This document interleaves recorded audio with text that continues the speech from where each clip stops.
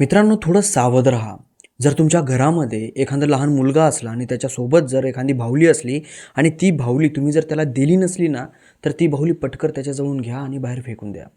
असं मी का म्हणतोय सांगतो, जरा लक्षपूर्वक ऐका.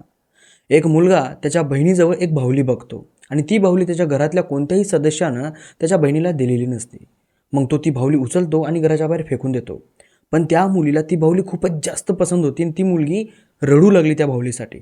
त्यामुळं तो मुलगा त्याच्या छोट्या बहिणीला आपल्या जवळ घेतो आणि तिच्याच रूममध्ये झोपी जातो. पण अर्ध्या रात्री त्याच्या कानावर एक आवाज येतो काहीतरी चालल्याचा. त्यावेळेस तो उठतो आणि जिकडून आवाज यायला तिकडं बघतो, तर त्या ठिकाणावर पलीकडं अंधारामध्ये थोडं तीच बाहुली उभी होती आणि त्या बाहुलीच्या मागून त्या बाहुलीच्या डोक्याला एक हात धरून होता. आणि जेव्हा हा उठून तिथं बघायला गेला की तो हात कुणाचा आहे, तर त्याच्या पायाखालून जमीन सरकली. कारण की तो हात त्याच्याच बहिणीचा होता आणि त्याची बहीण त्या बाहुलीच्या पाठीमागं उभी होती. आणि पायाखालून जमीन का सरकली? कारण की याची ती बहीण ॲक्च्युलीमध्ये याच्यासोबत पलंगावर झोपलेली होती. तिकडं बघतोय तरी याची बहीण, इकडं बघतोय तरी याची बहीण. आता माझं खोटं वाटत असेल तर तुम्ही हा व्हिडिओ बघा.